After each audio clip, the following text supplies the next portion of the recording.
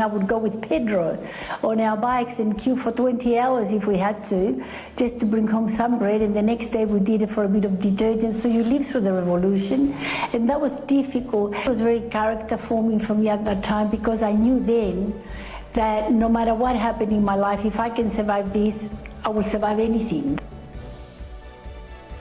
I learned then in that primary school in Springvale that I needed to do something different so I could be accepted, so that I could belong. I thought maybe I'll run with the class, and maybe I will do well, and maybe they'll like me, and maybe I'll make friends. I put up my hand, as shy as I was, that I wanted to run, and only realized later that I didn't have runners. But it doesn't matter. My mum said, Grace, you run barefoot. It doesn't matter. We don't have runners. We're migrants. I thought, this is the race that's going to make me or break me. I've got to run for my life. And I did. Sorry. And so I ran barefoot, and I ran and I ran and I ran without knowing. I could feel the wind on my face. And I'm 12 years old, and I'm running, and I'm thinking, I don't care whether I fall, I don't care what happens. I need to win this race to be accepted and have friends. It's not that I made friends immediately, but a week later we had sports again, and I noticed that everyone in the class was barefoot. And I remember till this day the promise I'd made to myself when I was 19, looking out of the window on the 7th floor of those housing commission flats, I was straight into the sky, and I said this to myself: I am going to go to university, I am going to be a lawyer, I am going to be the best version of myself, and that's going to get me and my family out of this shithole, and no one is going to stop me. I will do what it takes to be who I need to be. And so that promise I made myself is the reason I am here today.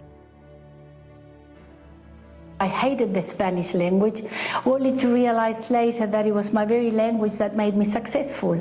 So at the age of 19, I worked as a court interpreter.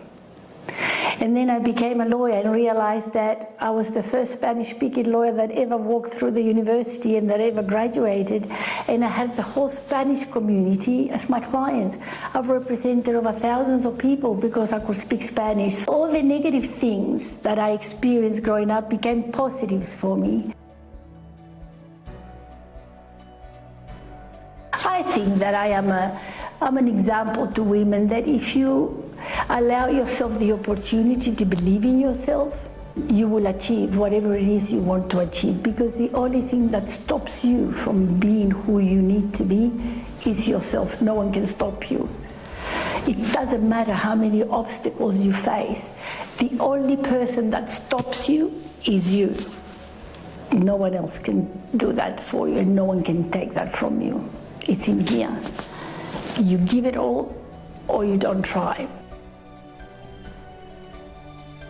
I see myself as a personal injury civil rights lawyer that has the voice for those that can't speak for themselves. And I think the reason I am the voice for those that can't speak for themselves is because I know what it's like when I didn't have a voice myself. I knew then that one day when I could speak, I would defend all those people that couldn't.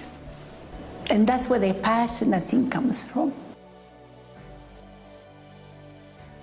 You got to be old enough, mature enough, and have had experiences of your own before you can help someone else, is what I truly believe.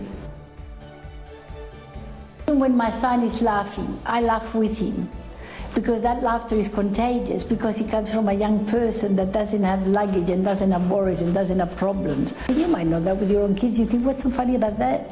But stop and have a look. Maybe it is funny. It's just that we don't think that way because we are preoccupied with other things. But if we stop and look at the young people around us, what makes them tick, it reminds us of how we used to be and how we thought that was cool too when we did. It's just that we forgot about it.